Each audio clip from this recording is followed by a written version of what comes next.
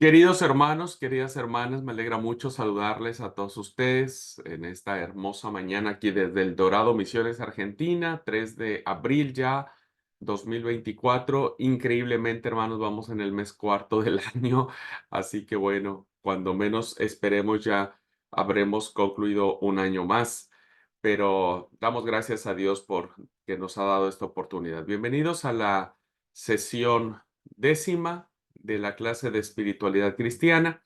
Estamos ya en la recta final. Nos queda solo esta clase y dos clases más para completar la cursada. Así que bueno, no sé si ustedes lo sintieron, el paso del tiempo.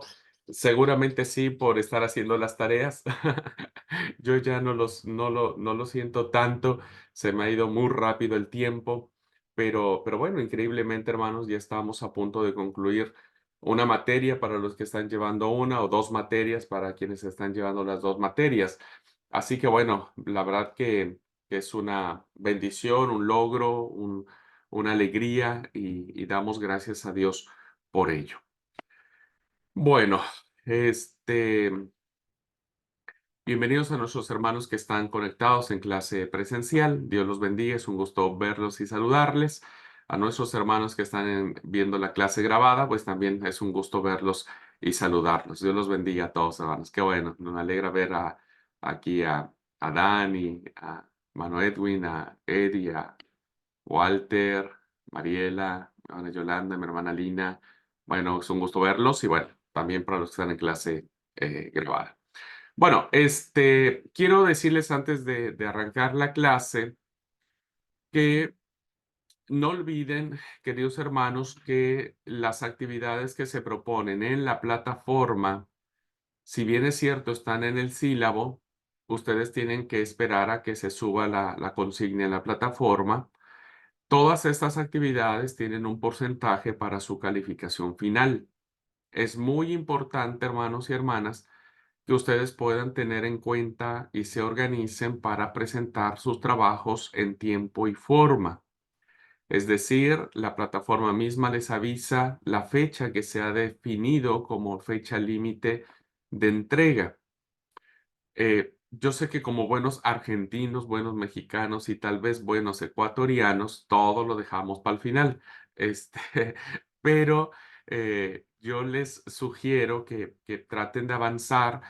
Tan luego se abra la consigna, desde ese momento ya está habilitada la plataforma para que ustedes hagan sus trabajos o suban sus tareas, etcétera. ¿Mm? Y no lo dejen al final, porque si lo dejan al final, pues se les va a juntar todo. Y es ahí a donde ustedes van a sentir pesada la materia, que no les da tiempo, que tienen cosas que hacer.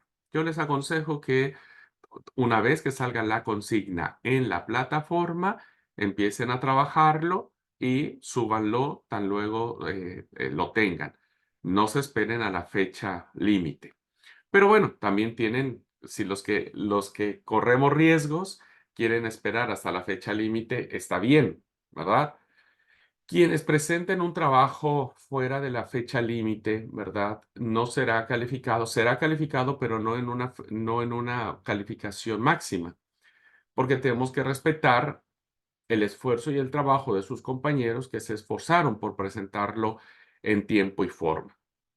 Así es que si alguno no presenta su trabajo, su tarea en tiempo y forma, sí será calificado, pero no con la calificación máxima, ¿ok?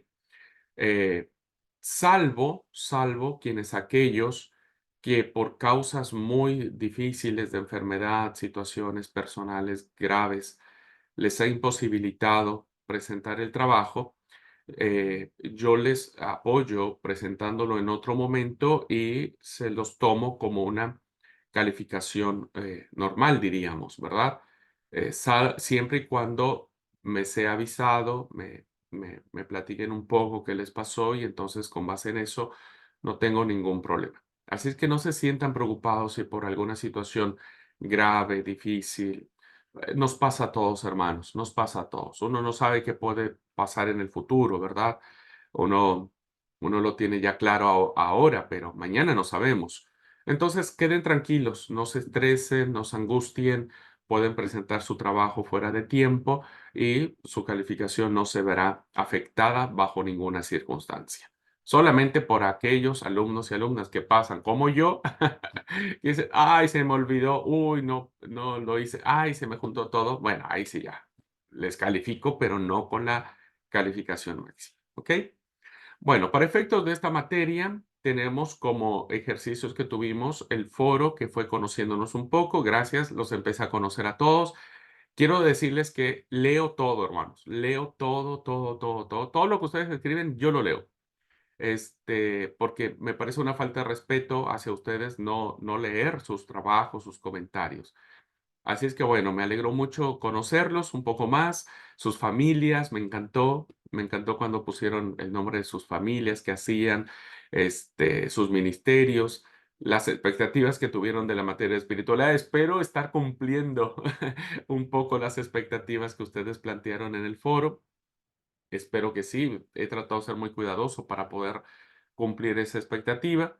La segunda actividad era el reporte de lectura, ¿verdad? De Ricardo Barbosa Sousa, que también leí ya y que sí está calificado su trabajo. Quiero decirles, hermanos, que ahora yo estoy calificando sin tomar en cuenta muchas cosas que después ya iré explicándoles, ¿verdad? Porque no les puedo exigir nada que no les haya explicado antes. Eh, Hay algunos trabajos que necesitan trabajar mucho la redacción, la forma de expresar sus ideas, la ortografía, la prolijidad en el trabajo, etcétera. Pero ya de a poquito iremos notando, ¿verdad? Yo ya me doy cuenta, yo ya los voy conociendo un poco, por eso es que me gusta leer todo, todo, todo, todo. Me encantaron sus puntos de vista, cómo a algunos les impactó más, otros en menor medida la lectura. Este, la verdad que ha sido, creo, una linda propuesta de reflexión la lectura. La tercera actividad tenía que ver un poco con un concepto de espiritualidad que era muy breve, ¿verdad? Que era muy breve y que pues no demandaba mucho, tampoco habría que ser muy filósofos para hacer el concepto. Espero y confío, hermanos, que ustedes no se manden solos. Es decir, yo les mandé a ver un video. Espero que todos hayan visto ese video, ¿verdad? Sentí o percibí que algunas de sus definiciones de espiritualidad venían, ni siquiera habían visto el video. Esa fue mi impresión. Pero como no lo puedo, comprobar, igual fue calificado su foro, ¿verdad? Pero yo les pido que en aras de su propia formación, en aras de decir, no, yo me mando, lo escribo y ya está, pues va en detrimento, ¿verdad? De su propia formación. Así que les pido por favor que todo lo que se suba a la plataforma como actividades, véanlos, escuchen las cosas, analícenlas, etcétera. Ujú. Bueno, ahí algunos de ustedes, algunos alumnos, no hicieron réplica a dos de sus compañeros, que esa fue la consigna. Entonces, la calificación no fue la máxima, ¿verdad? Siempre tienen que ajustarse a las consignas que se les dan. ¿Por qué yo soy a veces muy pesado en esto, hermanos? Porque yo quiero que los que servimos al Señor hagamos las cosas con excelencia. Si nosotros somos siervos de Dios, tenemos que hacerlo bien siempre, ¿verdad?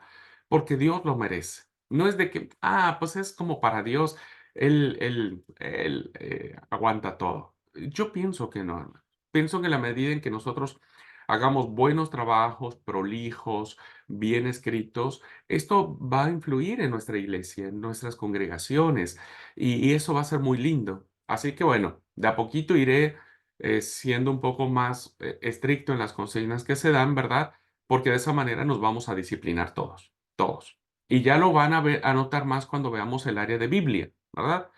Cuando veamos Biblia, todo lo que es el texto sagrado, nos vamos a dar cuenta que los graves problemas que tenemos de interpretación de las escrituras es porque no sabemos leer correctamente las escrituras, ¿verdad?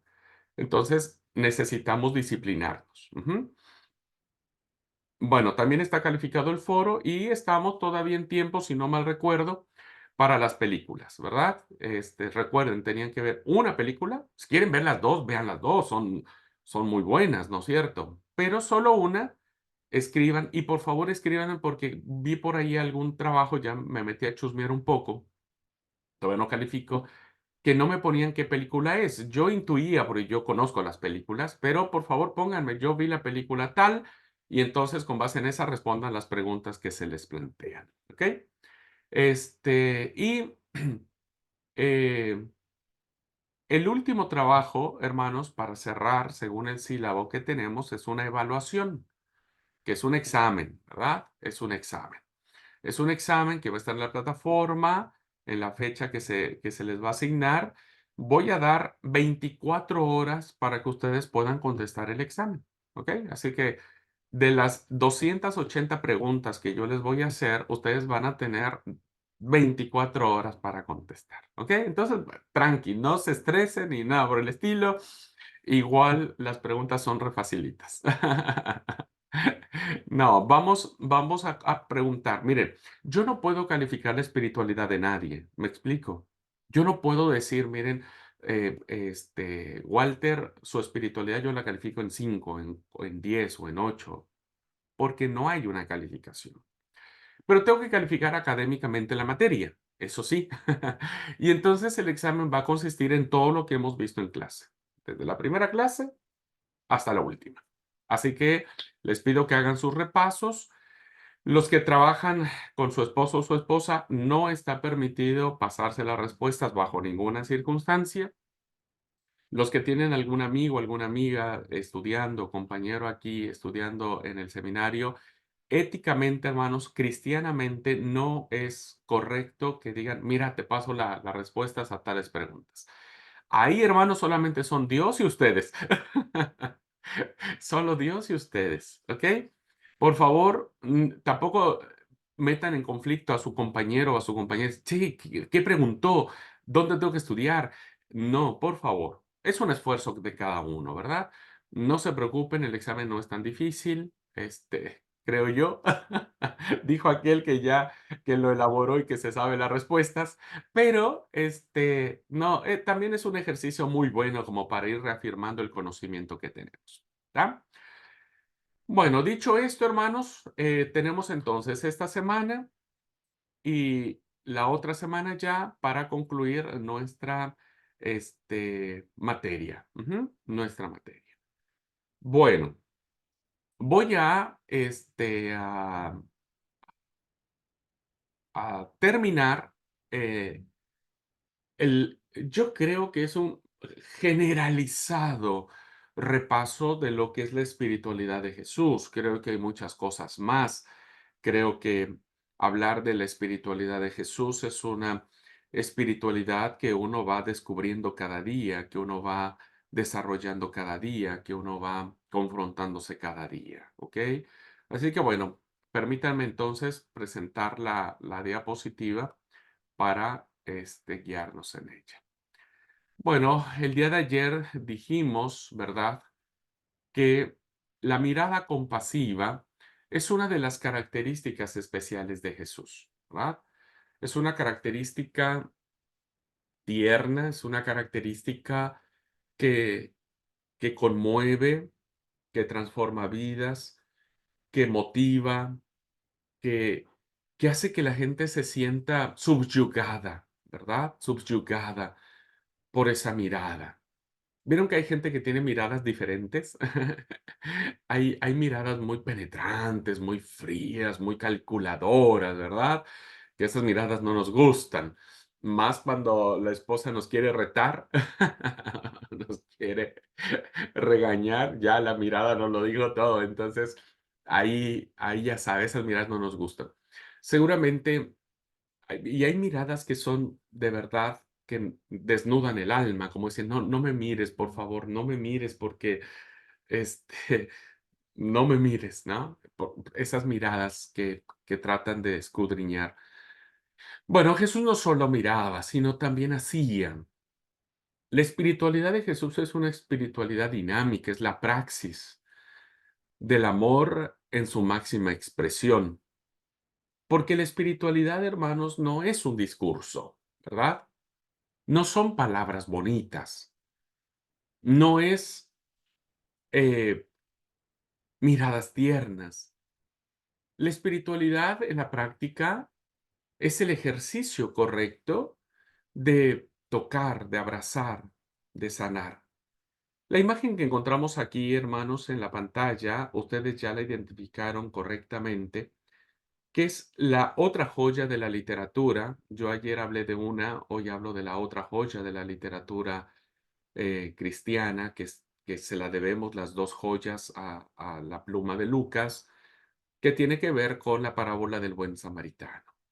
El buen samaritano, queridos hermanos, ya vamos a hacer una lectura divina. Creo que la próxima semana hacemos lectura divina de esta parábola. ¿Les parece? Bueno, el buen samaritano, ¿verdad? Esta parábola es una parábola que tiene todos los gestos de bondad que alguien tendría que hacer. Gestos que no hizo el levita, gestos que no hizo el sacerdote, pero sí lo hizo una persona. Una persona que increíblemente Jesús coloca su propio actuar en la persona más odiada por los judíos, ¿verdad? Que era un samaritano. Increíble. Esto es digno de ser respirado profundamente. Bueno, Jesús se coloca en esta posición y se coloca como este buen samaritano, ¿verdad? Que para nosotros diríamos un buen samaritano es una buena persona.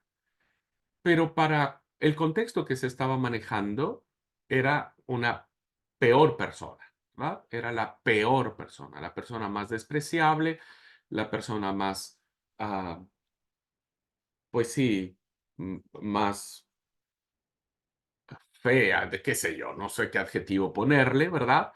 Porque recuerden que los judíos no aceptaban bajo ninguna circunstancia a los samaritanos. Bueno, es una parábola, hermanos, que nos lleva a la reflexión. Porque cuando el samaritano mira a este hombre que está medio moribundo, pues hace todos estos gestos, ¿verdad? Empieza a tratar la herida, toca la herida. Quien ha visto a una persona herida, hermanos, no es fácil tocar, porque a veces la sangre, la viscosidad de la piel, la exposición a veces de los nervios o del hueso, o la piel se pone de manera diferente, el rostro cambia, si es que le dieron una paliza. Este, Ustedes saben cómo todo sangrado, la cabeza. Cuando alguien le da una paliza, le dan de palos para todos lados, ¿verdad? Y esta persona toca una herida que nadie, insisto, a veces en su sano juicio podría tocar, ¿no? Y empieza a sanar, empieza a curar. ¿Sabía este hombre curar? No lo sabemos. Tal vez sí, tal vez actuó por instinto, ¿no? Como a veces muchos de nosotros no sabemos, pero intuimos que podríamos hacer. Lo empieza a curar, lo empieza a limpiar. Evidentemente tiene que haber agarrado parte de su ropa para limpiar la sangre. Seguramente la ropa de esta persona no servía. Imagínense la paliza que le dio, estaba medio muerto ya. Entonces le dio una paliza. Bueno, seguramente toma de su ropa, lo limpia y trata de hacer ahí un vendaje, ¿verdad? Para detener la sangre, para que no pierda más sangre. Está inconsciente esta persona y lo venda. Hasta ahí podríamos decir, he cumplido mi deber cristiano, ¿verdad? He cumplido mi deber como buen samaritano, que esa es la expresión que a veces nosotros hacemos. Cuando hacemos algo bueno por alguien, dijimos, bueno, ya cumplí la acción del buen samaritano, ¿no? Eh, Listo. Este hombre podría haber dicho, listo, ya te vas a aliviar, qué sé yo, ¿no? Y pudo haberse ido el samaritano, pero no se queda allí. Lo carga, ¿verdad? ¿Cuánto habrá pesado este hombre? Bueno, ustedes saben, cuando una persona está inconsciente, siempre está en peso muerto, ¿verdad? Se le llama, donde las personas pesan más, no sé por qué, pero pesan más cuando están en esta condición. ¿Cómo le hizo este hombre para cargarlo? El samaritano era alto, era bajo de estatura, era fornido, era delgado, no lo sabemos, ¿verdad? Tampoco sabemos cuánto pesaba este pobre hombre que había sido asaltado por los ladrones. Pero lo carga. Eso ya es un esfuerzo, hermanos. Un esfuerzo que a veces no siempre todos estamos dispuestos a hacer, ¿verdad? Pero él lo carga. y lo pone en su montura, la cabalgadura. Por lo que entendemos, va con un solo caballo, ¿no? No lleva dos. Así que seguramente no hay espacio en su montura para dos personas. Tal vez sí, pero si no lo tiene, tiene que ir caminando. Tiene que ir caminando, tiene que esforzarse. El que iba en caballo, ahora por causa de una persona que no conoce, que no sabe ni quién es, ahora tiene que ir caminando, ¿verdad? Qué locura, uno dice, qué locura. Pero bueno, este hombre, ya sea que vaya montado junto a este hombre en su montura o vaya caminando abajo y el otro vaya en el caballo, llega al mesón. Bueno, llega a este hostal, a este lugar donde hay una habitación, ¿verdad? Eh, y entonces lo mete. El texto dice, hermanos, que al siguiente día, es decir, todavía pasó una noche entera este hombre cuidando a esta persona. Yo no sé si el samaritano tenía cosas por hacer, tenía familia, tenía que ir, no lo sé. Tenía asuntos pendientes que tratar, qué sé yo, algún negocio que cerrar, no lo sé. Pero se pasa una noche y seguramente se pasa la noche en vela. Ese pobre hombre está ahí, se despierta, le duele todo. Quien ha sufrido una golpiza, ¿verdad? Pues le duele todo y seguramente toda la noche el buen samaritano, diríamos, o el samaritano se pasó la noche tratando de aliviar su dolor, cambiándole compresas de agua, ¿verdad? Cambiándole el vendaje. Eso, eso es digno de admirar de una persona que está comprometida, gracias, que está comprometida con el prójimo, ¿verdad? Porque de ahí parte todo. Y entonces, pues no solo se queda allí, sino que también al otro día le dice al mesonero, bueno, te lo dejo, te lo encargo, yo tengo cosas que hacer, así que por favor trata de cuidarlo y decime cuánto cuesta. Si él necesita algo, necesita comer, necesita alguna ropa, necesita algo, por favor, cómpralo, ¿verdad? Se ve que el mesonero conocía a este hombre, cómpralo y cuando yo vuelva por alguna situación, yo te lo voy a pagar. O sea, le hizo perder el tiempo, le hizo cargarlo, le hizo caminar frente al caballo, lo hizo cuidar toda la noche y ahora lo hace, eh, ¿cómo se llama? Desfalcarlo económicamente, ¿no? Todos estos gestos, queridos hermanos, no es otra cosa más que el reflejo de Jesús. No somos nosotros los buenos samaritanos, ¿ah? En primera instancia, no se trata de nosotros, sino en clave de espiritualidad se trata de Él, solo de Él. Qué increíble que Jesús haya puesto en un papel de samaritano y diciéndonos, yo he hecho esto por ustedes que no eran dignos, sucios, pero necesitaban a alguien que los amara, que los perdonara, que los salvara. Entonces Jesús es signo de la práctica cristiana, ¿verdad? Por eso la espiritualidad de Jesús es una espiritualidad que hace gestos, que es práctica. Jesús no solo se queda con las miradas, sino lo lleva a la práctica. Lo hemos visto, lo he explicado, ¿verdad? Lo voy a leer ahora solo como un resumen. En la parábola del samaritano podemos verlo. Jesús nos presenta el modelo de un hombre compasivo. Recuerden, la indicación de Jesús es, sean ustedes compasivos como vuestro Padre es compasivo. El que baja del templo y el samaritano ven al hombre herido, pero no actúan de la misma forma. Tanto el levita como el sacerdote y el samaritano descienden de Jerusalén, pero no actúan de la misma manera. El samaritano lo que hace es diferente, porque el samaritano cuando lo ve se conmociona, le tiemblan las entrañas, perdón, y se aproxima, ¿verdad? Se aproxima. Por eso se dice que prójimo es el próximo, ¿verdad? Prójimo es el próximo. Me da, me da risa porque ayer estuvo circulando en algunos estados de algunos contactos que tengo, hermanos de la iglesia de aquí, de México, que hay un diálogo que decía, es cierto no sé, no recuerdo, pero más o menos era que le preguntaba a alguien, ¿quién es mi hermano? Y dice, nuestros hermanos son todos aquellos que solamente son cristianos. Y le pregunta, bueno, ¿y solo eso? Y le responde, no, pero aparte solo tienen que ser de nuestra propia denominación, ¿no? Bueno, qué sé yo, hay matices en todo, ¿verdad? Hay matices. Pero, en esencia, la parábola del samaritano nos lo plantea de esta forma.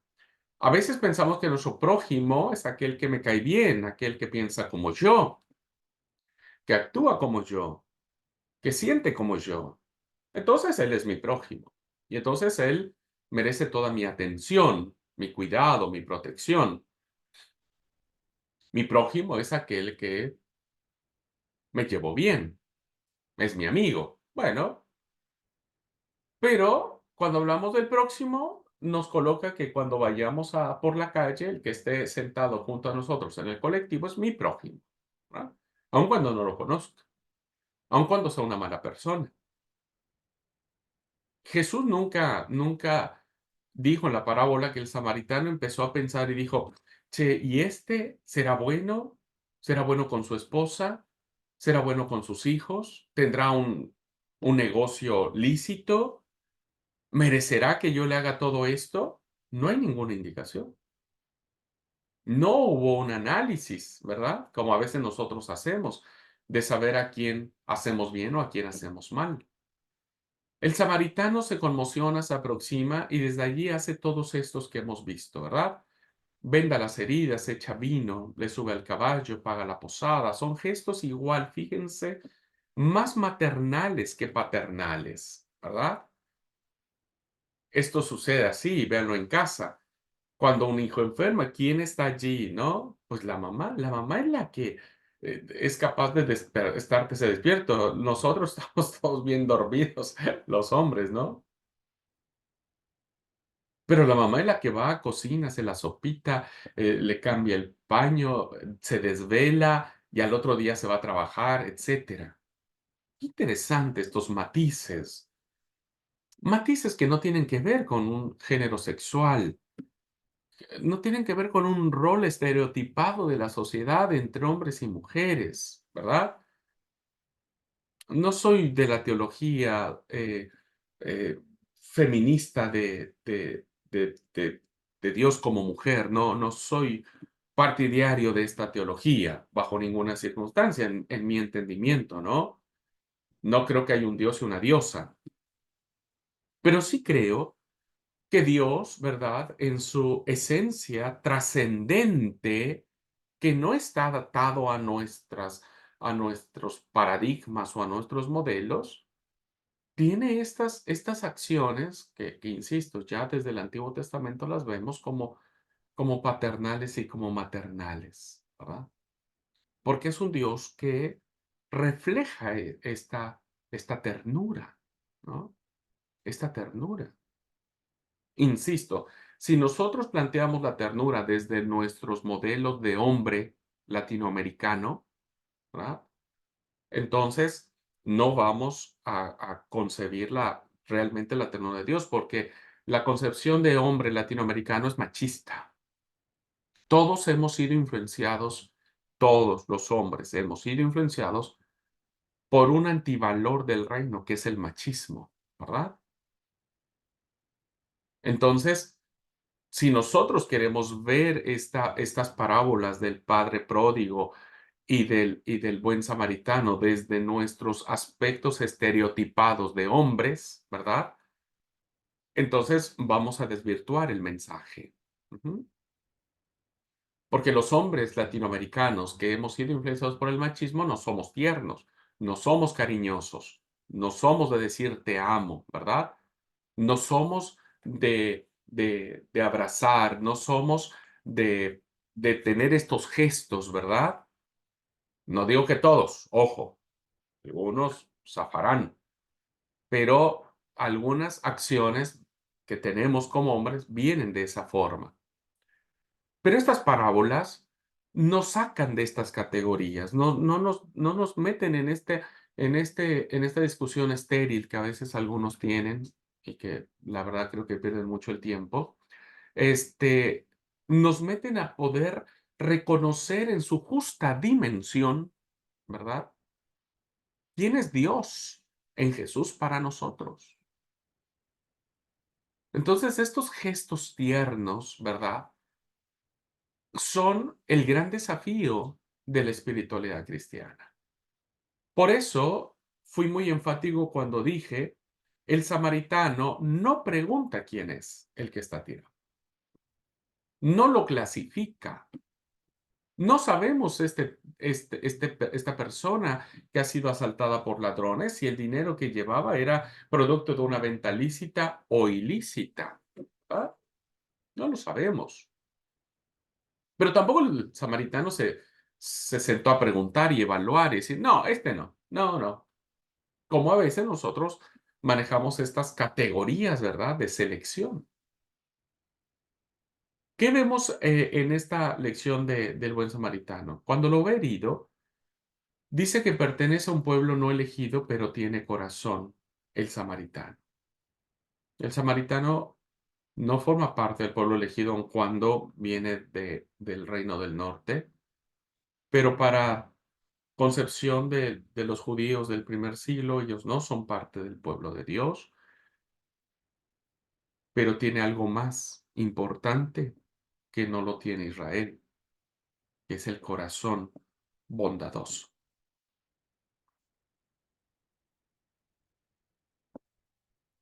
Y esto nos lleva a reflexionar, ¿verdad?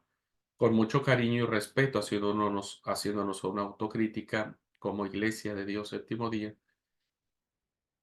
Podemos y sabemos que nuestra doctrina es una doctrina linda, no es una doctrina cerrada. Estamos abiertos a lo que el Espíritu Santo nos vaya mostrando. No somos una secta, gracias a Dios, ¿verdad? No somos una secta, pero no podemos nosotros construir nuestra comunidad de fe en estas premisas, ¿no es cierto?, de sentirnos exclusivos, porque no lo somos, ¿verdad? No lo somos. ¿Tenemos una doctrina diferente? Sí, sí. Insisto que no es perfecta, porque estamos abiertos a la acción del Espíritu Santo. Yo creo que la iglesia hoy en día deberemos formarnos en reconocer si tenemos corazón en función del buen samaritano o del samaritano, como querramos llamar, ¿no? Creo que ahí tendríamos que trabajar un poco más, ¿no? Y no hacer lo contrario. Ahora, ¿qué hace Jesús, hermanos? La respuesta de la compasión es insuficiente, imperfecta, porque se necesita la respuesta social. Es decir, la compasión es decisiva. Pero vivir sembrando gestos de bondad es lo que en conciencia y lo que permite ir a las raíces últimas. ¿Qué significa esto, verdad? Que nosotros no podemos solamente sentir compasión y no hacer nada. Tenemos que hacer algo. Tenemos que ir sembrando estos gestos de bondad. Insisto, sin que haya selfie, sin que haya rastro alguno, sin que nadie lo reconozca. No necesitamos que nadie lo sepa, ¿verdad? Es solo ir sembrando gestos de bondad, una sonrisa, a alguien que está en la calle, a un niño, a decirle adiós, ¿no? Y sonreírle, este, ayudar al tipo ese que está haciendo malabares, si se tiene, no dándole lo que nos sobra, lo que nos estorba, ¿no? Si hay la posibilidad económica y decirle: "Hoy yo quiero hacer un verdadero gesto de bondad", dele algo que realmente la persona cuando lo vea diga: "¿Es en serio? No te equivocaste, me estás dando mucha plata, porque todos me dan solamente 100 pesos, vos me estás dando 1000 pesos". No, no me equivoqué. Tené, ¿verdad? Tené. Sembrar gestos de bondad es una respuesta social. Y esto lo vemos plasmado en el recuerdo que tienen los primeros seguidores de Jesús, ¿verdad? Cuando Él ya no está más, Jesús ha muerto, ha resucitado, está a la diestra del Padre. Y vemos esta cita en Hechos capítulo 10 versículo 38 que Jesús, hablando de Jesús, el recuerdo que tienen sus discípulos, ¿verdad? Es que Jesús fue ungido por Dios, es el Mesías, el ungido de Yahvé, que pasó la vida haciendo el bien. Qué interesante recuerdo tienen los discípulos de Jesús, hermanos, ¿verdad? A veces me encanta, digo, me encanta en el muy buen sentido de la palabra, hermanos, en el buen sentido de la palabra, asistir a sepelios o a velorios, ¿no es cierto? Donde la gente se reúne en cantidad porque reconoce que quien ha muerto fue un hombre bueno, una mujer buena, ¿verdad? Y qué lindo que te reconozcan así. He ido también a sepelios donde uno dice: "Dios mío, esta persona creo que", no lo dicen, ¿verdad? Pero algunos dicen: "Bueno, qué bueno que ya descansa", ¿no? No fue buena, o no fue bueno. Qué interesante recuerdo tienen los discípulos, ¿verdad? De de Jesús. ¿Cómo recuerdan ellos a Jesús? Pues lo recuerdan como un hombre ungido por Dios, que donde fue hizo el bien, ¿verdad? Sembró gestos de bondad. Jesús no tiene ni poder político, no tiene poder cultural, no tiene poder religioso, bajo ninguna circunstancia. Es un artesano desconocido, un carpintero común y corriente, un constructor común y corriente, ¿verdad? Es alguien que tiene un oficio que no es ni remotamente importante. No puede resolver las injusticias, que en su tiempo había un montonal, ¿no? Injusticias por parte del Imperio Romano, injusticias culturales donde las mujeres, los niños, los esclavos eran objetos, ¿verdad? No tiene un puesto asegurado en el Sanedrín, en el Templo de Jerusalén. No entra él al lugar santísimo cada año. No tiene poder, es solamente un hombre común y corriente que no tiene esta posibilidad de ser el superhéroe, el Superman, perdóneme la metáfora, pero tiene algo más importante y más valioso que hasta ahora nos ha alcanzado a nosotros, hermanos y hermanas. Fue alguien que fue sembrando gestos de bondad. Yo siempre le digo a mis alumnos y les digo a ustedes, sean buenos, sean buenas, seamos, ¿verdad? Seamos buenos, no seamos vengativos, no seamos rencorosos, no seamos egoístas, seamos buenos. No cuesta mucho, ¿verdad? No cuesta mucho.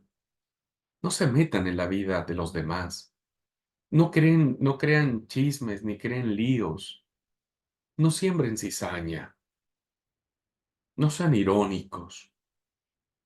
No sean individualistas. No seamos, perdónenme, que necesito hablar en primera persona. No seamos, en esta parte, ¿verdad? No seamos, seamos buenos, seamos compasivos. Aprendamos a sonreír más y a suspirar más y enamorarnos más de la vida, enamorarnos más de las personas. Para que el día que muramos, ¿verdad? La gente nos pueda reconocer y pueda saber que fuimos hombres y mujeres que tratamos de hacer el bien. Tal vez no cambiamos nada, ¿verdad? Tal vez no hicimos ningún cambio significativo. Después de muertos, las injusticias seguirán. pero el deber cumplido quedará. Seamos buenos, ¿verdad? Seamos buenos. Bueno, ¿qué hace Jesús, hermanos? Vamos a ver algunos gestos de Jesús. A Jesús le encanta abrazar. Jesús abraza a los niños, a las niñas de la calle, que esto es algo sumamente interesante, ¿verdad? Porque no quiere que los más frágiles se sientan huérfanos. El abrazo tierno, cálido, da seguridad, da respaldo. Invita a quienes buscan el orden. Invita a quienes buscan la perfección, la santidad, cállense, guarden silencio, no se muevan, hay que ser solemnes. Jesús invita a estos que quieren que todo sea perfectísimo a ver, a entender que no se puede abandonar a los pequeños, a estos pequeños que corren, que gritan, que lloran, que hacen pataleta, que suben, que bajan, que te hacen bromas, que te hacen preguntas, que, que a cualquiera lo ruborizan. Y Jesús incluso pone como ejemplo de la gloria y de la grandeza del reino de Dios a un niño. Entonces Jesús le encantan los niños y los abraza, ¿verdad? Por eso le reta a sus discípulos y les dice, pero ¿qué les pasa a ustedes? Déjenme. Me encanta disfrutar a los niños, me encanta que se suban en mi regazo, que les haga yo upa, ¿no? Bueno, Jesús es alguien que abraza, es alguien que bendice a los enfermos. Cuando un enfermo, ¿verdad? Ya no tiene mayor, eh, pues esperanza, está como abandonado a su suerte, Jesús termina bendiciéndolos, los envuelve con la ternura de Dios, porque no puede recibirla en el templo. Ellos no pueden ir al templo, se los han impedido, están inmundos, son impuros, no tienen comunión con la liturgia, no hay cantos, no hay oraciones, no hay sacrificios. Entonces, como no pueden recibirle en el templo, ¿verdad? Jesús quiere ir construyendo otro templo, un templo paralelo. Él sabe que el templo de Jerusalén no permanecerá. Él sabe que los cristianos del siglo XXI no necesitaremos el templo de Jerusalén para asistir y ser bendecidos allí de Dios, aun cuando nosotros hemos hecho mucha idolatría de nuestros templos, nuestras casas de oración, ¿verdad? Jesús construye otro templo, pero no puede conseguirlo y hace estos gestos. Pablo después dirá, ¿no sabéis que vosotros sois el templo del Espíritu Santo? El templo ya no son construcciones, no son paredes, no son techos, por más hermosos y lindos que sean, por más hermoso púlpito o atril que tengamos en el frente, el templo del Espíritu Santo somos nosotros. Entonces, Jesús, ¿verdad?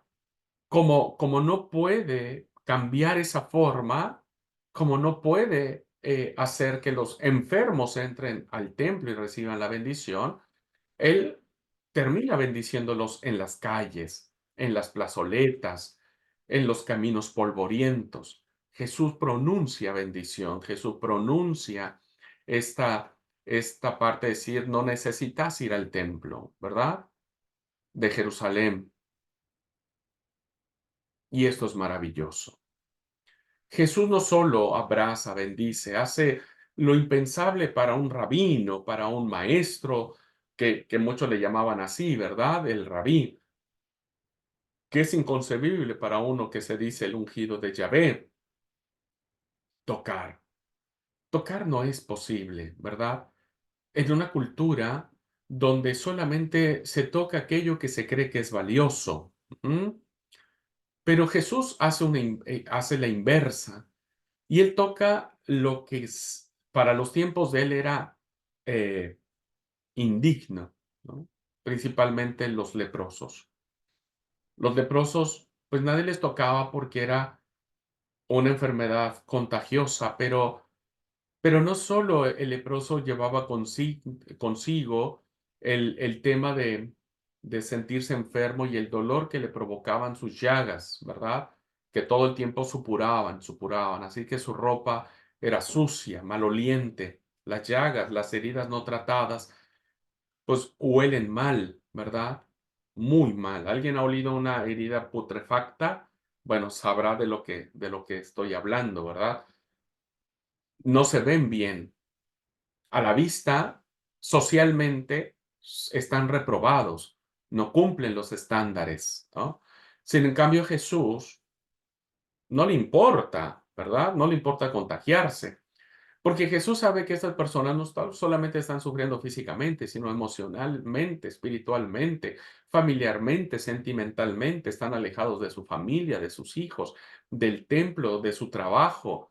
No hay quien los abrace, no hay quien les dé una palabra. Todos huyen de ellos. Deben llevar una campanilla colgada en el cuello para advertir a los demás que se acerca un leproso.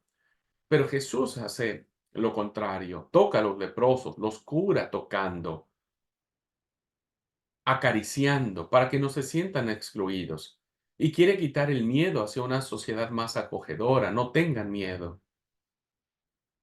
Hoy no tenemos leprosos físicos, pero tenemos leprosos emocionales, sentimentalmente hablando, espiritualmente hablando, socialmente hablando, ¿verdad?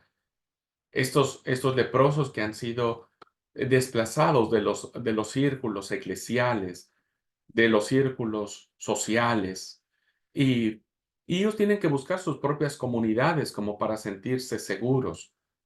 Pero este ha sido un error que la religión ha cometido, ¿no? Bueno, recuperar la espiritualidad de Jesús nos coloca en el umbral de saber lo importante que es tocar el corazón de aquellos que son despreciables. Jesús cura también, y cura incluso rompiendo las leyes, cura rompiendo el sábado para que todos sepan que ninguna ley sagrada está por encima de la atención hacia los que sufren, porque la ley nunca se hizo para subyugar al débil. Eso lo hicieron ya los mismos hombres, ¿no? Entonces, Jesús no entiende esto. Jesús sabe que el sábado ha sido para bendición y no para maldición. Y entonces no le importa curar a un hombre que fue ahí, ¿verdad? Sin pensarlo, tenía la mano tullida, la mano seca, no le servía la mano. Y Jesús lo toma y dice, vení, parate al sed, y lo cura. Y todo, pero ¿y cómo puedes curar en sábado? Porque lo más importante son las personas, ¿verdad? Este es un, esta es una enseñanza muy interesante para quienes son religiosos, para quienes son legalistas, para aquellos que dicen, no, la ley tiene que cumplirse de esta manera. Bueno, habría que replantearse un poco, ¿verdad? Y tratar de ver si Jesús lo aprobaría. Ujú. Jesús se sienta, platica, charla, tiene tiempo, pero no solo para sus amigos, no solo para Marta, María, Lázaro, tiene tiempo para hablar con los despreciables, con los recaudadores, con las prostitutas, con los prostitutos, digo yo, porque también había hombres que se dedicaban a la prostitución, con personas que no eran correctos, que sus profesiones, ¿verdad?, estaban alejadas totalmente del reino de Dios. ¿Qué hace un hombre sentado allí charlando con ellos, no? Y me encanta esta frase que aparece en su pantalla. ¿Por qué Jesús se sienta y charla con los pecadores? Porque a la hora de aplicar la compasión, escuche bien, y esto subráyelo siempre, porque a la hora de aplicar la compasión, el malo e indigno tienen tanto derecho como el puro y el piadoso. Porque, insisto, la compasión no hace clasificación, al menos no la compasión de Dios. Ujú. La parábola del fariseo y del publicano es un ejemplo maravilloso. El recaudador no puede presentar nada y lo sabe, ¿no? Y solo dice, ten compasión de mí que soy pecador. Volvemos otra vez a la compasión. Recuerden, la compasión está mucho más presente. Compasión que nos hace falta a muchos de nosotros. He visto a muchos líderes muy religiosos, muy legalistas, que no se tientan el corazón y bajan leña, decimos acá, ¿verdad? El publicano dice, ten compasión de mí, que soy pecador. No puede estar a la altura moral que se le pide o les pedimos. Este hombre, el publicano, sabe que no puede prometer nada porque no va a cambiar de trabajo, al menos eso no lo dice la parábola. Esto es algo interesante, digno de ser respirado. Y es desafiante esto, porque la parábola no nos dice que cuando salió el publicano prometió y dijo, bueno, ahora sí voy a cambiar de profesión. Incluso la parábola dice, y bajó este justificado. Volvió a ser publicano,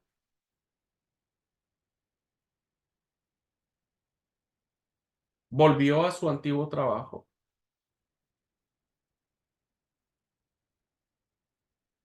Qué interesante, hermano. Miren, yo sé que ya la cristianización que nosotros hacemos del pecado, del pecador, me voy a salir mucho del tema, pero un segundito nada más. La cristianización que hemos hecho de cómo tratar el pecado y al pecador, ¿verdad? Nos ha hecho siempre poner estos límites, estos requisitos, estos formularios, ¿verdad? De decir, vete y no peques más. Entonces, siempre que uno va y le dice a alguien, bueno, tenés que dejar de hacer eso y entonces sí recibes la gracia de Dios. Pienso que eso, ¿verdad? Este, forma parte más de de nuestros requisitos. Yo hacía esta lectura respirada mientras venía manejando, fui al centro, días atrás fui al centro aquí en la ciudad y venía manejando y empecé a hacer una lectura respirada mientras manejaba. Y me vino a la mente esta frase de la mujer, ¿verdad? Que Jesús perdona y que Jesús le dice, vete y no peques más, vete y no peques más. Entonces uno dice, bueno, el Señor le está diciendo, ok, te perdono, andate, pero ya no peques más, ¿verdad? Entonces decimos, listo, la vida de esta mujer tuvo que haber sido cambiada totalmente, ¿verdad? Pero no nos dice el texto sagrado qué pasa después con esta mujer.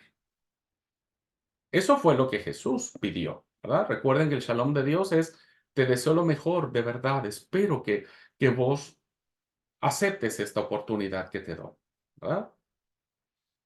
Pero no sabemos qué pasó después con esta mujer. ¿Volvió a las andadas, diríamos? Yo venía pensando mientras manejaba, ¿volvió? Tal vez mi idea cristianizada de esto es decir, seguramente no, ¿verdad? Seguramente cambió su vida y no volvió a las andadas y no se conoció más como una mujer que haya cometido algún pecado.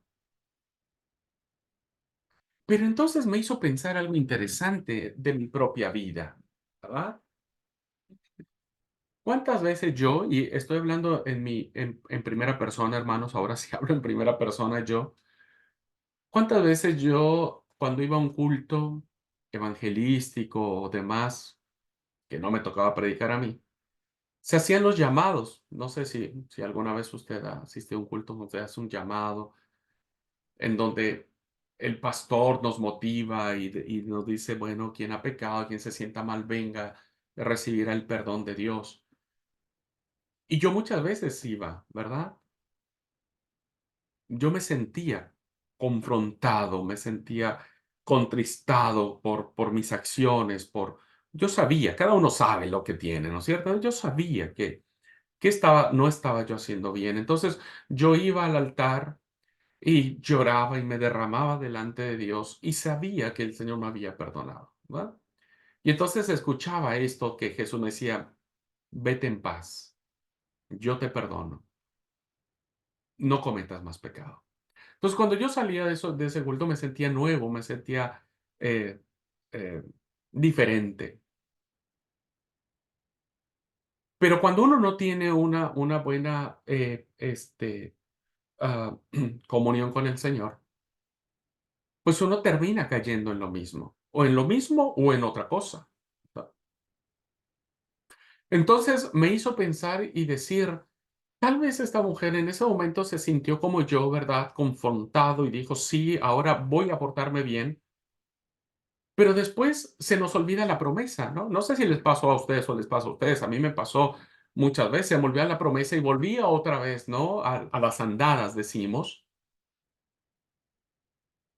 Y me di cuenta que, bueno, hasta ahora yo sigo batallando con mis tentaciones, con mis propios demonios, si me permiten decirlo de esta manera, ¿verdad? Sigo. Y soy un pastor, y soy un profesor de espiritualidad, y soy director de un instituto bíblico, pero tampoco me siento perfecto.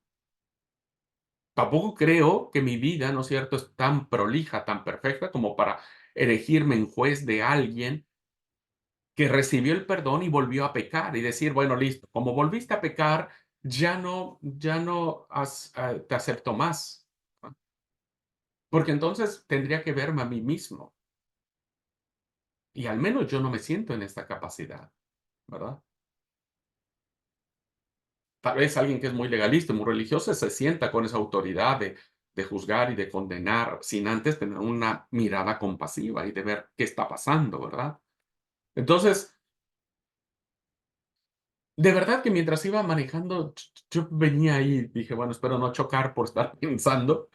Y, y resulta que yo me planteé otra interrogante. ¿Qué hubiera hecho Jesús? Eso ya esto es básicamente parte de una reflexión, digo yo, muy, creo yo, válida. ¿Qué hubiera pasado si Jesús, después de un par de meses, ¿verdad? Se encontrara a esta mujer y le dijera, sí, ¿cómo vas? ¿Qué has hecho, verdad? Y que la mujer le dijera, Señor, perdóname, perdóname, volví a caer, volví a cometer eso que vos me dijiste que no hiciera. Y entonces en mi reflexión era, ¿qué hubiera hecho el Señor? Le hubiera dicho, bueno, listo, te la perdiste, ¿viste? Yo te dije, no peques más, te lo advertí, no me hiciste caso, bueno, listo, arreglate, qué sé yo, cuando cambies y demás, venís y charlamos, ¿no? Puede ser una opción, pero también puede ser una opción decirle, está bien, hija, yo te entiendo, sigue adelante, te perdono, pero acordate. Cuando vos haces algo que va en contra de lo que yo te pido, la única lastimada sos vos. Eso me imagino que Jesús le dijo, porque a veces me imagino que es lo que el Señor me dice a mí, ¿verdad? En esta búsqueda de la espiritualidad, yo siento que muchas veces me dice el Señor, te perdono, Abraham, pero fíjate, si vos seguís haciendo esto, vos no estás en paz, no tenés esto, no tenés aquello, y me hace pensar y decirle, Señor, tiene razón, pero yo quiero seguir luchando, yo quiero seguir adelante. Y Jesús creo que me dice, yo estoy contigo, vamos. ¿No? Lo dejo allí como una especie para ser reflexionado. Porque en esta parábola Jesús rompe los esquemas al decir que el publicano salió como justo y el fariseo no. Es incomprensible. El fariseo oraba, diezmaba, ayunaba, cumplía las leyes de Moisés. Era perfectísimo.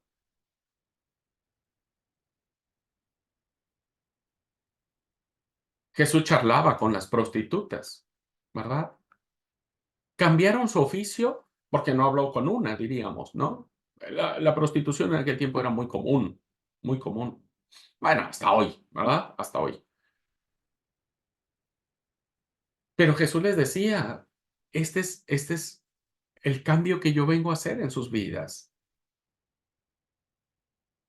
Yo quiero que ustedes sean felices. Si ustedes consideran que lo que están haciendo los hace felices, está bien, pero les puedo asegurar que no, porque todo aquello que va en contra de lo que Jesús ha dicho no nos puede hacer felices. Y ahora nosotros mismos, si hacemos un análisis hoy este día de nuestra vida, cada uno de nosotros, y empezamos a hurgar en nuestro corazón, entonces somos el publicano, ¿verdad? Y somos esta mujer donde Jesús nos ha dicho, a ver, Abraham, vos me pedís que te perdonara hace 5 años, no sé, el tiempo, y hoy estás volviendo a hacer lo mismo. Entiendo que el perdón de Jesús es muy diferente a nuestro perdón. Alguien diría, pero uno no puede jugar con Jesús, es cierto, uno no puede estar allí, subo, bajo y demás. No, no, entiendo que no, eso me queda re claro. Por eso, los que fundamos una espiritualidad desde abajo, ¿verdad? Vamos reconociendo que debemos esforzarnos y luchar con nuestras tentaciones en el nombre de Jesús. Y día a día seguir construyendo la imagen del varón perfecto en nuestras vidas. Bueno, lo dejo como una reflexión. A mí me hizo mucho ruido esta frase. eh, y bueno, les comparto la lectura que hice reflexión que hice mientras venía manejando. Bueno, hasta aquí entonces, queridos hermanos y hermanas, ¿verdad? Podemos decir que los gestos humanos no son convencionales. Son gestos humanos los que hace Jesús. No es para quedar bien con nadie, porque Jesús no necesita quedar bien con nadie. Le nacen de la voluntad de hacer un mundo más solidario, más empático, menos verdugos y más acompañantes, más compañeros, más amigos, más amigas, más hermanos, más hermanas, ¿verdad? Jesús quiere que nos cuidemos mutuamente, sobrellevarnos, dice Pablo, para que no nos mordamos, si no van a terminar destruyéndose. Valora los gestos por pequeños que sean, porque afirman la vida, lo que puedas hacer por alguien, ¿verdad? Aunque digas, no sé si lo que estoy haciendo está bien, eso déjaselo al juez justo, al juez justo. Vos construí una sociedad, una comunidad de iguales, de hermanos, de hermanas, ¿verdad? Donde nos apoyamos mutuamente. El apoyo no significa decir consiento tus atrocidades, no, bajo ninguna circunstancia, ¿no es cierto? Pero sí es decir, ¿en qué te puedo ayudar? ¿Qué puedo hacer por vos? Para ayudarte a vencer tus tentaciones, tus miedos, tus fracasos. Jesús quiere humanizar la vida, quiere que seamos más buenos, sembrar gestos de bondad en la situación más desastrosa, sabiendo que un gesto de bondad es mucho más grande. Por mucha maldad que haya en el mundo, siempre se puede sacar el bien. En la situación más desastrosa, una persona siempre puede hacer el bien. Siempre, siempre hay una pequeña luz en la oscuridad. Estos gestos entonces van más allá de las respuestas administrativas, de las respuestas eclesiales, de los clichés que nos imponen, ¿no es cierto? Que son importantes, pero exigirlas con indignación yendo a la raíz del problema. Pero mientras tanto hay que humanizar la vida y la compasión porque son la forma de no dejar abandonadas a las personas, aunque sean diferentes a nosotros, aunque no pertenezcan a nuestra denominación, aunque no sean de nuestro color de piel, aunque no tengan el estatus social que nosotros tenemos, ni las licenciaturas, ni las maestrías, ni los doctorados, ni los miles de libros que hemos leído. Debemos ser personas de iguales, porque solo hay un Señor, solo hay un Señor, ¿verdad? Muy bien, queridos hermanos, pues con esto termino este repaso que hemos hecho acerca de lo que es la espiritualidad de Jesús, ¿verdad? Creo que es desafiante, creo que hay que seguir reflexionando mucho sobre cómo Jesús actuaba, hay que replantearlo a la luz de nuestros paradigmas que hemos ido aprendiendo insisto, y lo digo por mi propia experiencia, a veces sin analizarlos, han pasado de generación en generación. Pero creo que volver a saber lo que Jesús nos plantea, nos lleva a la conclusión de poder sentirnos, más seguros de que lo que estamos haciendo le hará sonreír al Señor, ¿verdad? Le hará sentirse contento y disfrutar la vida con nosotros, disfrutar la vida con nosotros. Amo a un Jesús que sonríe aún en los cielos. Amo a un Jesús que suplica por mí y suplica por ti y le dice, papá, bendice a Edwin, perdónalo. Creo un Jesús que está en el cielo diciendo, papá, no dejes de amar a Mariela, no dejes de cuidar de Eddie. Papá, derrama tu gracia para Lina, ¿verdad? Para Walter, para Daniel, eh, para Franco, para Javier, este, para Noé, para... Creo en un Jesús que pronuncia tu nombre y mi nombre y que sigue intercediendo por nosotros, que siendo pecadores, aún así, Cristo murió por nosotros.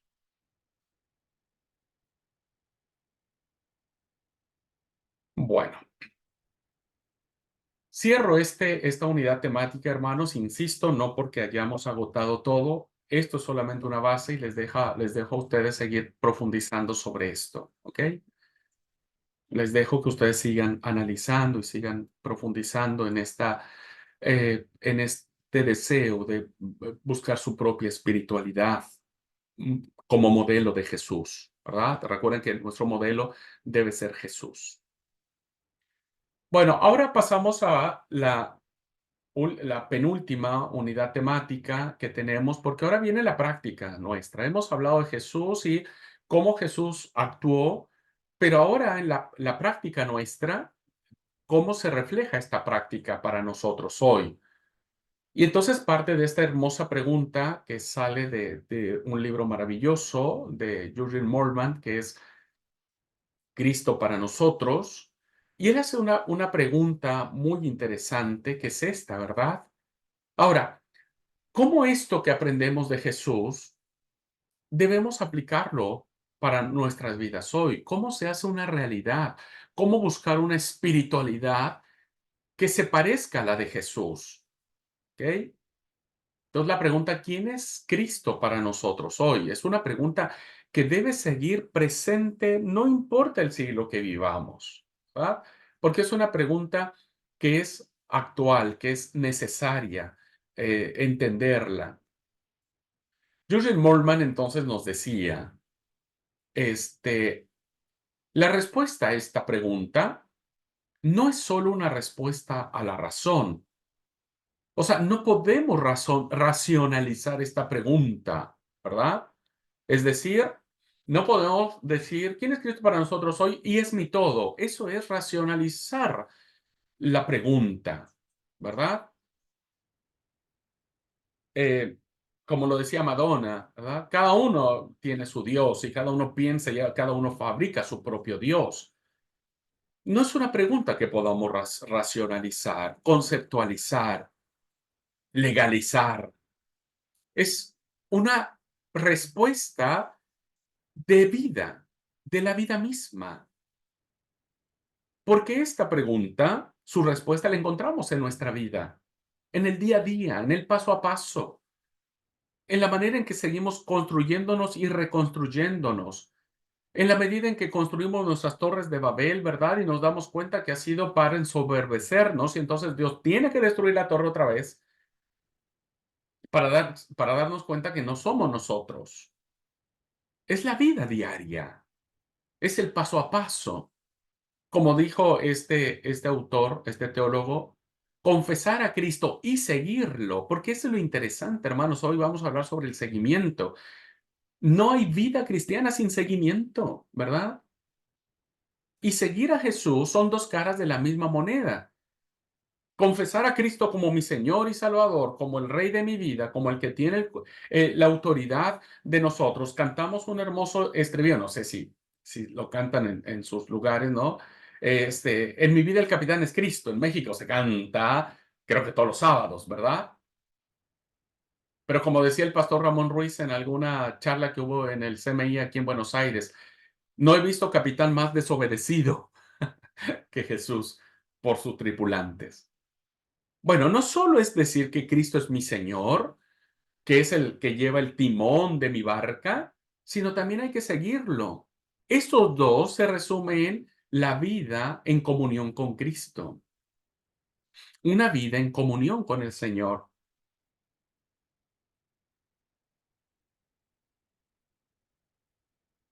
Confesión y seguimiento es igual a comunión con Él. De menos no vamos a poder tener esta comunión con el Señor.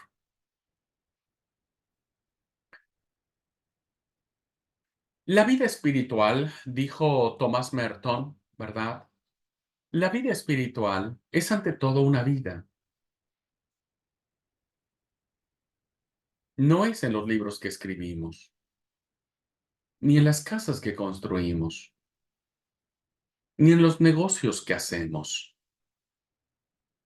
Es la esencia de lo que somos. Estas realidades, algunas públicas y algunas privadas. Es, es esta realidad de, de nuestros lados luminosos, ¿verdad? Que todos conocen, que la iglesia conoce, que el pastor conoce, que en nuestro trabajo conocen, pero también son estas partes oscuras con las que todavía batallamos, ¿verdad? Con las que todavía estamos luchando y no queremos que se descubran. Y manipulamos las cosas para que no se descubran.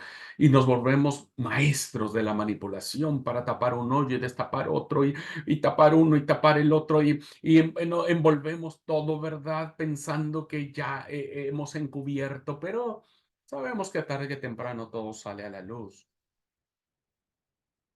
La vida espiritual, queridos alumnos, es nuestra vida misma, ¿verdad? Defectos, virtudes, con aquello que nos enorgullece y con aquello que nos avergüenza, con aquello que uno dice, no creo que se hayan dado cuenta, cuando ya todo el mundo nos dimos cuenta, ¿no?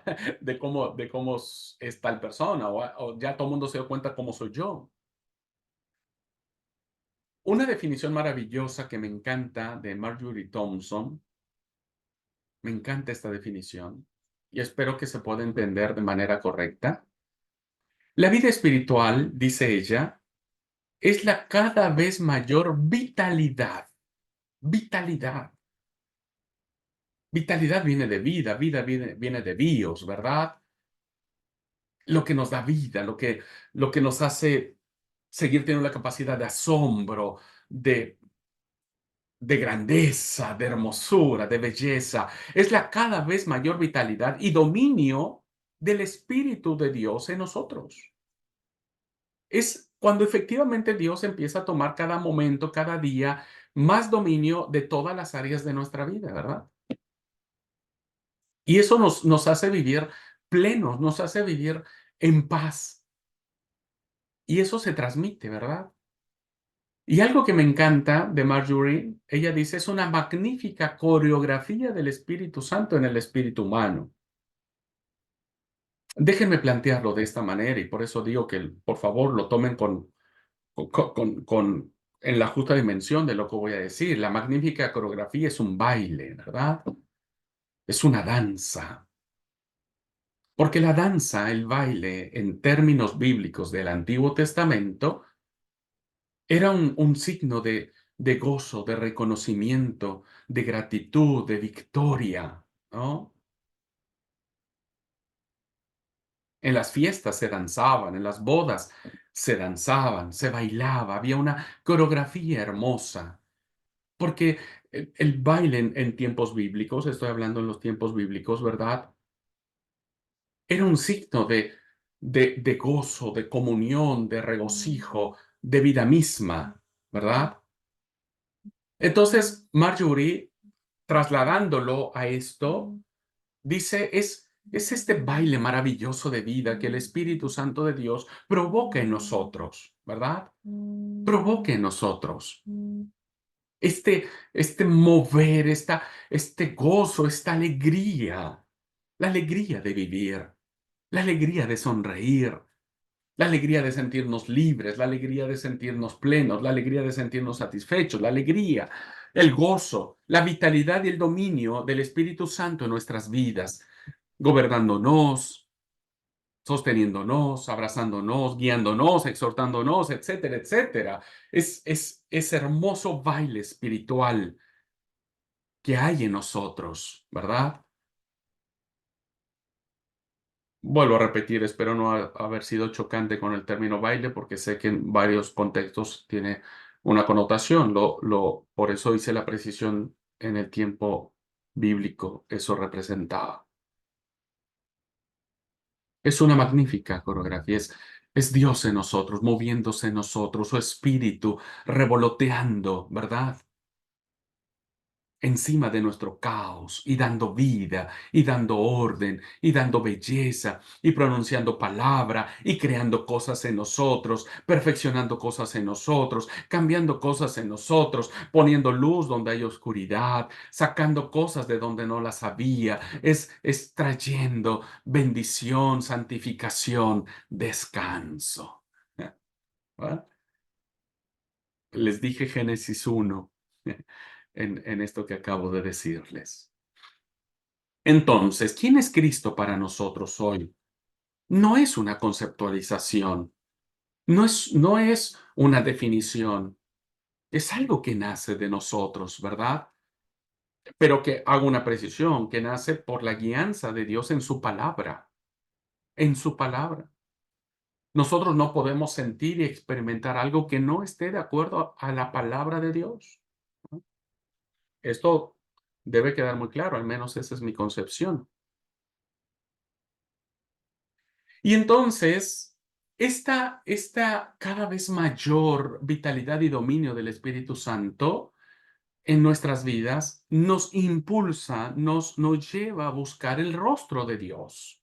Esto es interesantísimo, hermano. Mire, entendemos que el rostro de Dios o la cara de Dios es un antropomorfismo, ¿verdad?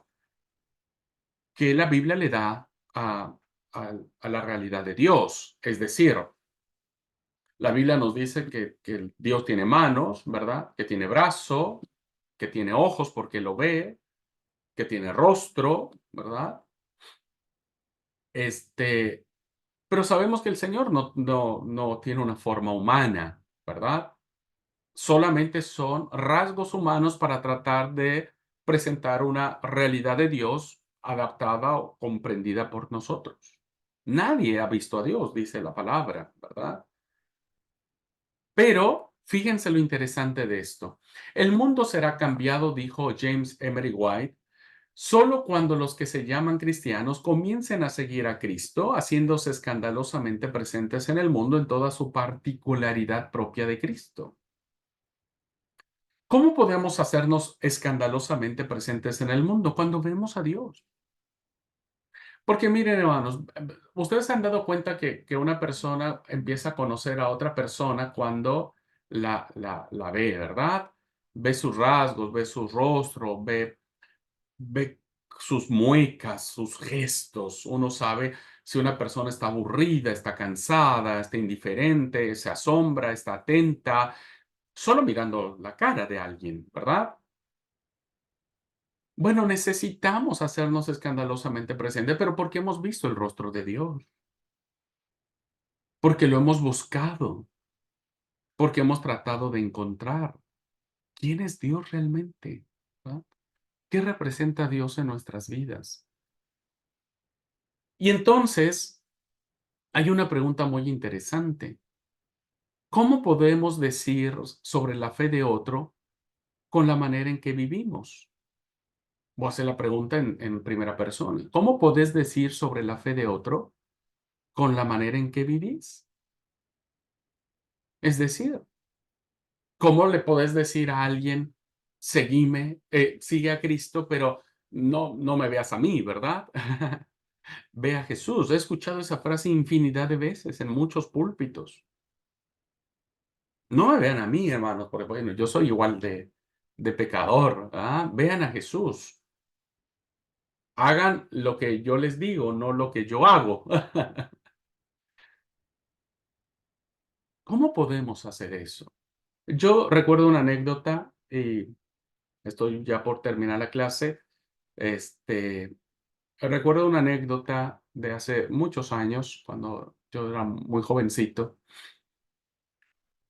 Este, bueno, no tan jovencito, pero algunos años.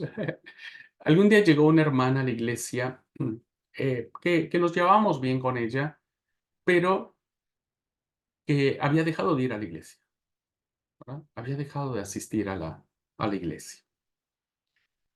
Entonces, un día llega a casa buscando a mamá por X cosa, ¿no es cierto? Y y bueno, charlando: "Hola, ¿cómo está?", que no sé qué, que no sé cuándo. "Bien, bien, bueno". Y entonces yo le pregunté: "Che, hace rato que no te vemos en la iglesia. ¿Qué pasó? ¿Por qué ya no vas?". Y me dice: "Mira, Abraham, ¿quiere que te diga la verdad?". Y sí, le digo. Yo ir a esa iglesia donde hay un montón de gente mentirosa, hipócrita, olvídate, no voy a ir. Yo dije: "Pero, ¿y por qué decís eso?". "Pero, Abraham, escúchame, mira, vos sabés del hermanito fulano de tal". "Sí". "Y vos sabés a qué se dedica, ¿no es cierto?". "Y sí, sé a qué se dedica". Y bueno, y ahí va a la iglesia, ¿verdad? Y está sentado ahí como si nada pasara. ¿Ves a la hermanita aquella?". "Y sí". "Vos sabés que me levantó un chisme no hace tiempo y me levantó un falso y no le hicieron nada y mira, está ahí sentadita como si nada hubiera pasado". Y me empezó y yo, y sí, y me empezó a decir un montón de personas, ¿no es cierto?, en la iglesia. Y digo: "Mira, por esas personas yo no voy a la iglesia, ¿a qué voy? ¿Para ser como ellos? ¿Para para parecerme a ellos? No, yo no soy hipócrita", me dijo. Ella estaba enojada, ¿viste? Estaba: "Para ser como ellos, no, yo no soy hipócrita, entonces prefiero no ir".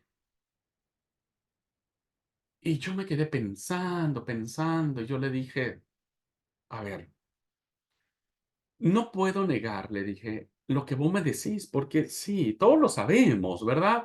A veces la gente piensa que no sabemos, pero sí, sí lo sabemos, sí lo sabemos. No puedo negar lo que vos decís. Y en cierto sentido te concedo la razón", le dije, "te concedo la razón. Pero ahora déjame hacerte una pregunta". Y ahí me aventé, ¿viste? Yo empecé ahí, yo dije: "No sé en qué me estoy metiendo, pero bueno, ya estoy acá". Y le dije, bueno, vos sabés que en esa iglesia también voy yo, ¿verdad? Sí, me dice. Sí, ahí nos conocimos. Bueno, vos sabés que va mami, van mis hermanos. Sí, sí, pues, la verdad que nos conocemos muy bien. Ok, vamos a la misma iglesia que vos decís de los hermanos fulano y tal. Ahora, yo le pregunté, ¿y qué pensás de nosotros? ¿Qué pensás de mí? Yo le dije, ¿verdad? Y ahí empecé a transpirar porque dije, bueno, acá ya, acá ya me va a decir mis cosas. Y me dice, no, no, olvídate, ustedes son diferentes, son otra persona, yo los conozco. Vengo a su casa, veo cómo son, etcétera, y veo que trabajan en la iglesia. Y le dije, bueno, mira, nosotros vamos a la misma iglesia. No sé si lo que dije estuvo bien o estuvo mal, hermanos, es muy opinable y lo respeto lo que ustedes opinen. Pero yo le dije, ¿por qué no te fijas más en nosotros? Dije, ¿verdad? Y no en esas otras personas. Porque también en la iglesia hay personas que tratamos de esforzarnos para ser mejores, ¿no? Y ella se quedó pensando y me dice, sí, vos sabés que tenés razón, yo estoy mirando solamente y estoy tomando mis decisiones por aquellas personas que considero que están mal, pero sí, y me va a decir, sí, el hermano, mis respetos para el hermano, para la hermana, yo siempre me saludan. Bueno, ¿viste? ¿Viste? Entonces, esta experiencia que me hizo temblar un poco porque dije, bueno, yo me expuse, ¿verdad? Para que me dijera, bueno, vos también sos igual, entonces. Y no porque uno sea perfecto ni nada, hermanos, pero pero uno tiene que reflejar con su vida, ¿verdad? Y entonces decir, bueno, ¿y qué pensás de mí? Vos mirás a Cristo en mí, ¿verdad? Por eso la gente tiene que mirar. Mi abuelita decía, mi abuelita amorosa, ¿vieron cómo eran las abuelitas de antes? Ella decía, cuando vos pasas junto a la gente, hijo, me decía, ¿qué huelen de vos? No sé, abuelita, le digo, el perfume que me puse. No, no, no, me dice, no, no, no, no. Estamos hablando de lo que somos como cristianos. ¿Qué huelen de vos? Y ella decía, ¿huelen a rosas, a perfume de rosas? ¿O huele a azufre? Decía ella, porque vieron que la idea antes era de que el infierno, donde estaba el Satanás y demás, huele a azufre, ¿verdad? Huele a azufre. Y yo decía, ay, abuelita. Y sí, me dice, cuando vos pasas junto a una persona, ¿qué aroma vas dejando tras de sí? ¿La gente huele rico o huele a- a rosas o huele a azufre? Ese me quedó aquí regrabado, ¿verdad? Regrabado. Digo, no tanto por el azufre, pero, pero sí. Entonces, esta pregunta es fundamental. A veces, y con esto voy a dejar aquí la clase, ¿verdad? Tal vez podamos aceptar con mucha pena que no somos totalmente seguidores del Señor, ¿verdad? Tal vez debemos aceptarlo, lo vamos a ver en la próxima clase, va a ser muy confrontante la próxima clase. Espero que tengamos un corazón dispuesto para que el Señor nos confronte, pero vamos a darnos cuenta, hermanos, con profunda vergüenza delante de Dios, que no somos verdaderos seguidores de Él y por eso difícilmente podemos hacernos escandalosamente presentes en el mundo. Ya lo vamos a mirar. No quiero generalizar. Sé que hay hermanos y hermanas que están en esto y han empezado a generar esta chispa, ¿verdad? Esta chispa de gozo, de alegría, de evangelio, de buena noticia, de perdón, de restauración, de rescate. Sí, lo sé, los conozco y me alegra. Pero la gran mayoría seguimos encerrados en nuestras propias cosmovisiones y definiciones de quién es Cristo para nosotros hoy, ¿verdad? Entonces, esto lo vamos a dejarla para la próxima clase. Bueno, dejo aquí, hermanos, la clase. Si alguien quiere comentar algo, tenemos unos minutitos para charlar.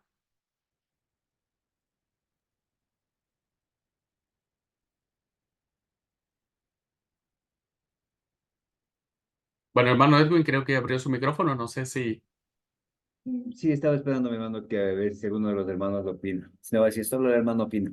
No, Bueno, no, usted yo creo, métale y después ahí se animan los demás hermanos. yo creo, mis hermanos, que muchas veces cuando se utiliza la frase no sus ojos puestos en mí, es a fin de evitar el caudillismo, en donde la congregación tiende a enfocarse más en la palabra de Dios, pero más en las palabras que emite el predicador antes que en Dios mismo y en su palabra. Y es por eso que acá en Ecuador, no en nuestra iglesia, pero sí en otras denominaciones, cuando el líder que predica bonito, que da buenos discursos, buenos sermones, se va o cae o tiene alguna falta, la iglesia en vez de unirse para orar, se quiebra, se parte en dos, tres, y muchos no regresan porque dicen, mira, pero si él siendo pastor cayó, fracasó, si él siendo pastor, mira, cometió esto o lo otro, significa que la mirada está normalmente puesta en el hombre. Entonces, sí, personalmente soy una de las personas que utiliza la frase, no puesto sus ojos en mí, sino en la palabra, porque yo soy un ser humano, tengo defectos, virtudes que el Señor sigue trabajando conmigo. Entonces, Ujú. la intención tiene que ser clara, ¿no? A fin de que la congregación tampoco pierda la perspectiva que como cabezas de la iglesia tenemos que estar viviendo una vida en santidad, conforme a la palabra de Dios. Y como Ujú. usted dijo, somos seres humanos, proclives a errores, pero la congregación, más que nuestras palabras, tiene que estar centrada en la palabra de Dios. Eso nomás, mi hermano, habla. Gracias, gracias, Edwin. Es interesante la puntualización que hace. Esto lo voy a retomar en la clase que viene, ¿verdad? Es cierto lo que dice Edwin y lo comparto. Uno no tiene que hacer que las personas hagan ídolos de nosotros. Eso es porque a veces el líder, ¿verdad? desarrolla estos rasgos de personalidad para traer seguidores. Eso ustedes ya lo van a ver en su clase de liderazgo. Un liderazgo espiritual no hace eso, ¿verdad? Pero vamos a plantearnos un desafío interesante, ¿verdad? Que lo vamos a plantear la próxima clase en función de lo que nuestro hermano Edwin ha señalado. Pero es así, es así. Eh, no podemos ser caudillos de nadie, ¿verdad? Y tampoco la persona puede enamorarse de un líder porque evidentemente ha sucedido. Mucha gente termina sintiéndose por lo que un líder hace y uno dice, pero ¿y todos los demás? En el ejemplo que les puse, no todos somos tan malos, creo yo. Bueno, gracias, Edwin. ¿Alguien más, queridos hermanos? ¿Alguien más? ¿Algún comentario? ¿Alguna idea?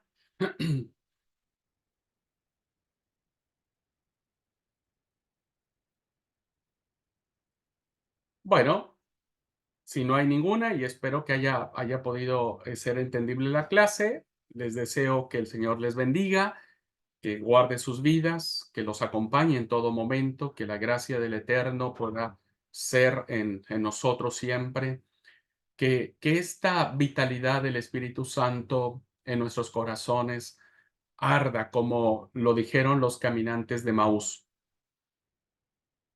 Sentimos algo. Ahora entendemos que nuestro corazón ardía por algo. Deseo que ese ardor en el corazón se siga avivando cada día en la mente y en el corazón de ustedes. Dios los bendiga, hermanos. Un abrazo para todos. Muy buena mañana. Bendiciones. Amén.